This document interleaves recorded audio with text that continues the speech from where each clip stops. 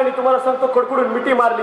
शिवाकाशीच्या डोळ्यातले अश्रू महाराजांच्या खांद्यावर पडले आणि महाराजांच्या डोळ्यातले अश्रू शिवाकाशीच्या पाठीवरती पडले. दोन पालख्या तयार केल्या. एका पालखीमध्ये छत्रपती शिवाजी महाराजांना बसवलं, दुसऱ्या पालखीमध्ये वीर शिवाकाशी यांना बसवलं. डोल ताशा नगाडे वाजायला सुरुवात झाली आणि तेवढ्यामध्ये आरोळी झाली. अस्ते कदम आ रहा है मराठों के राजा छत्रपती शिवाजी महाराज पधारले. अखेर तुम्हाला सांगतो महाराज जातात. तेवढ्यामध्ये सिद्धी बघतो. सिद्धी पायाच्या नकापासून डोक्याच्या केसापर्यंत निरीक्षण करतो. ते शिवाजी महाराज का ज्याने शास्त्रखानाची बोटं कापली? ते शिवाजी महाराज का ज्यांनी संपूर्ण हिंदुस्थानवर पळून करून ठेवलं? ते शिवाजी महाराज का ज्यांनी बादशाची झोप उडवली? ते शिवाजी महाराज का संपूर्ण जगभर एकच राव छत्रपती शिवाजी महाराज? ते शिवाजी महाराज का? म्हणून तुम्हाला सांगतो तो बघतो. तेवढ्यामध्ये महाराज पुन्हा समोर येतात आणि महाराज आतमध्ये पाऊल टाकतात. तेवढ्यामध्ये महाराज सदरेवरती बसतात. सिंहासनावरती आदिलशाह बसतो आणि बघतो आणि फजलखानाला म्हणतो, फजलखानाला लवकर बातमी पोचवा की शिवाजी महाराज सापडले. तेवढ्यामध्ये तो चकमकीमध्ये लढाई करत असतो. फजलखान तलवार टाकून देतो आणि सरदिशी पळत येतो आणि शामियानातून आत येतो आणि आत आल्यानंतर बघतो शिवाजी महाराजांना बार काही निरखून बघत असतो.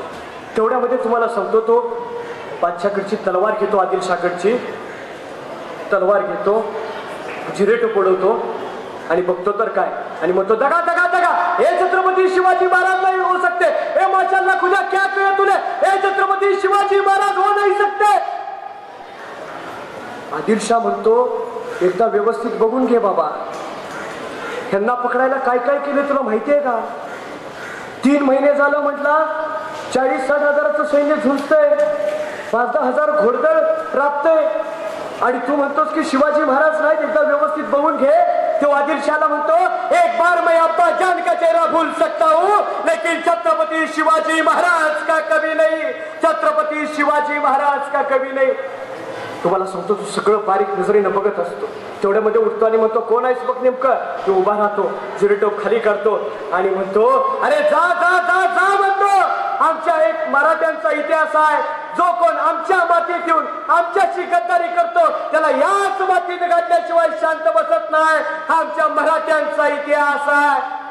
बघता बघता तुम्हाला सांगतो तलवार काढतो आदिलशाह आणि त्याच्या मानेवरती ठेवतो, गर्दन उडवून देतो. तेवढ्यामध्ये रक्ताची शेकांडी सरळ दिशेत फिरते आणि बघता बघता वीर शिवाकाशी स्वराज्यासाठी बलिदान होतं आणि सगळी घटना बघितली आणि सिद्धी म्हणतो कुछ भी हो जाए जिंदा या मुर्दा मुझे शिवाजी चाहिए, कुछ भी हालत में चाहिए.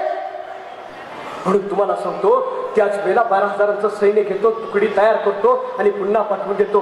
घोड्यांच्या टापा टप टप पडायला लागलेले असतात. तेवढ्यामध्ये सगळा पाऊस सुरू असतो. तेवढ्यामध्ये बलदंड शरीराचा मुसळा एवढ्या दंड शरीराचा बाप माणूस नावाचा बाजीप्रभू देशपांडे गोडखिंडीमध्ये थांबलेला असतात.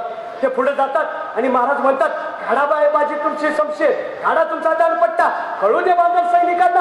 आणि प्रत्येक बांधल सैनिकाला सांगतात माहिती देऊन की अरे आपण असा इतिहास घडवू की येणाऱ्या हजारो वर्षाला कळेल की आमच्या मराठ्यांनी बांधल सैनिकांनी काय केलं. अरे घ्या तलवार हातात. बाजी पुढे येतात आणि बाजी म्हणतात काय महाराज तुम्ही करताय म्हटले, तुम्ही कुठे लढताय, तुम्ही लढू नका. अहो म्हटले माझ्या बापासारखे तुम्ही असलेले म्हणले आणि तुम्ही इथं उभं राहणार माझ्या बापाच्या वयाचे आणि मी इथं विशाळगडावरती जाणार, शक्य कदापि शक्य नाही. अहो म्हटले राजे असं काय बोलताय. एक लक्षात ठेवा, लाख मेले तर चालतील, लाखांचा पोशिंदा जगला पाहिजे, लाखांचा पोशिंदा जगला पाहिजे.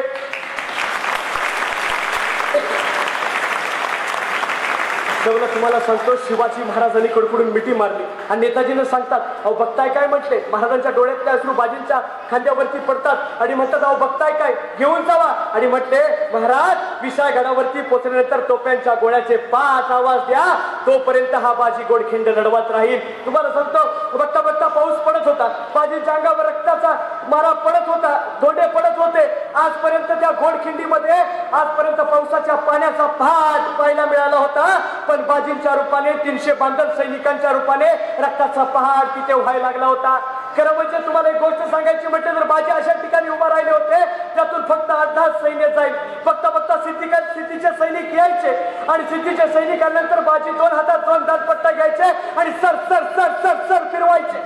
त्यामध्ये एका दानपट्ट्यामध्ये 8-8 10 मुंडकी उडायचे.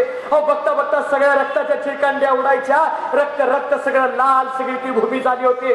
अशामध्ये बाजीच्या अंगावरती धोंडे लागायचे आणि एक एक मावळा आमचा एवढा लढत होता आता जबरदस्त तुम्हाला सांगतो, आजपर्यंत मराठ्यांच्या इतिहासामध्ये ऐकलं होतं एक एक मावळा 100 सैनिकांना बारे